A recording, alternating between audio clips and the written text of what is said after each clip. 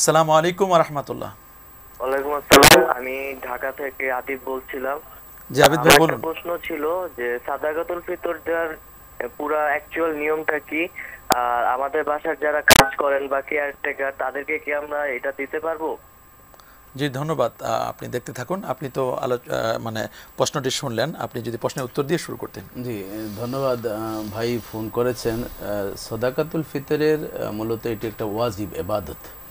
এই ওয়াজিব এবাদতটা তার উপরে আরোপিত হবে যদি বর্তমান প্রেক্ষাপটে আমাদের সাংসারিক খরচের পরে 52.5 ভরি রূপ্য আমরা যদি সেভাবে ড্রাইভার্ট করি, 7.5 ভরি স্বর্ণ, 52.5 ভরি রূপ্য, তখন তো দাম এক ছিল, এই জন্য আল্লাহ রাসূল সেভাবে বলছেন।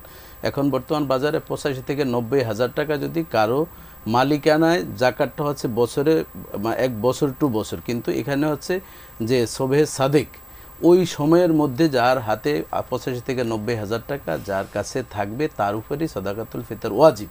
এবং যিনি কর্তা থাকবেন তার অধীনস্থ যারা আছেন, তার স্ত্রী যদি স্বাবলম্বী হন, চাকরি করেন, তারটা সে দিবে। সন্তান যদি ছেলে বা মেয়ে চাকরি করেন তারটা তাজা দিবে।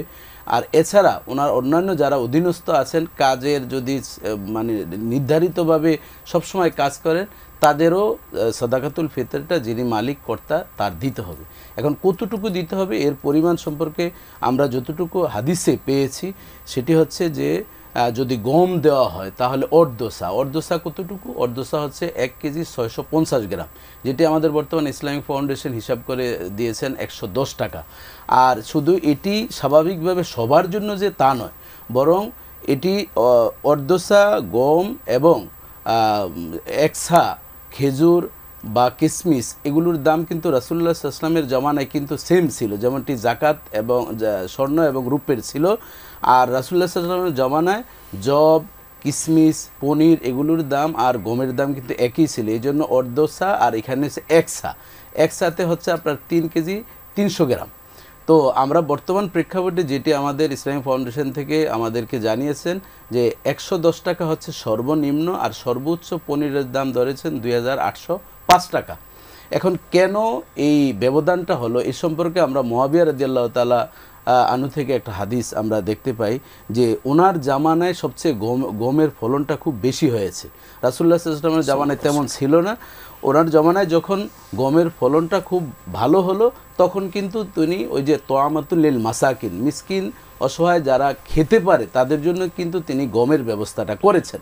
এখন দেখুন আমাদের অনেক সময় প্রশ্ন আসে যে টাকা দিয়ে দেওয়া যাবে কিনা, খাবার দিয়ে দেওয়া যাবে কিনা। আমরা যদি মুআয ইবনে জাবাল রাদিয়াল্লাহু তাআলা আনহু, যিনি ইয়েমেনের গভর্নর ছিলেন, ওনার জামানায় কিন্তু উনি বস্ত্রও দিয়েছেন, অর্থও দিয়েছেন। এখানে আপনি দেখুন ইমাম শাফি রহমতুল্লাহ আলাইহির কথা যদি আমরা ভাবি, উনি বলছেন আলাহা সামানান, সাদাকাতুল ফিতর দিতে হবে যেটি সর্বোচ্চ মূল্যের, সেভাবে উনি ব্যাখ্যা করেছেন। ইমাম মালিক রহমতুল্লাহ আলাইহি বলছেন যে রাসূলুল্লাহ সাল্লাল্লাহু আলাইহি ওয়াসাল্লাম খেজুর পছন্দ করতেন, এই জন্য আজওয়া খেজুর দিয়ে দেওয়া উত্তম। ইমাম আহমদ ইবনে হাম্বল রহমতুল্লাহ আলাইহি তিনিও বলছেন খেজুর দেওয়া উত্তম। কিন্তু ইমামুল আজম আবু হানিফা রহমতুল্লাহ দুটি কথা বলছেন। তিনি বলছেন খেজুর দিয়েও দেওয়া যায়, অথবা যাদেরকে আমরা দিব, যারা মিসকিন অসহায়, তাদের যেই চাহিদা সেই চাহিদার বস্তু দিয়ে দেওয়ারও সুযোগ রয়েছে। এই হিসাবে আমরা সাদাকাতুল ফিতরের যে আলোচনাটা করে থাকি আমরা খাবারের বিনিময়ে দিয়ে থাকি। অথবা আপনি যদি টাকাও যদি উনি যেটি বলছেন ওনার সার্ভেন্ট বা মানুষদেরকে দেওয়া যাবে, টাকা দিয়ে দেওয়া যাবে, এর দলিলটা কি? ওনারা তো বলে এটা বেদাত।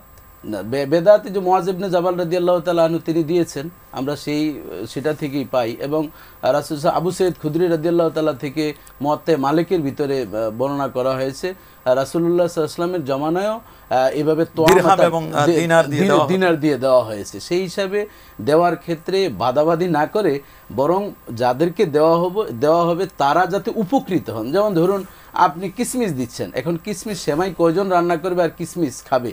অনেকে আছেন আজওয়া খেজুর আপনি দিলেন 1200 বা 1500 টাকা কেজি। অনেকে আছেন যে এই 1200 টাকা দিলে তিনি তার চালের জন্য তার অর্ধ মাসের চালের ব্যবস্থা হয়ে যায়, এরকমও ছোটোখাটো অনেক ফ্যামিলি আছে। সেই হিসাবে আমাদের এই বিষয়গুলো খেয়াল করা দরকার। ধন্যবাদ আপনাকে।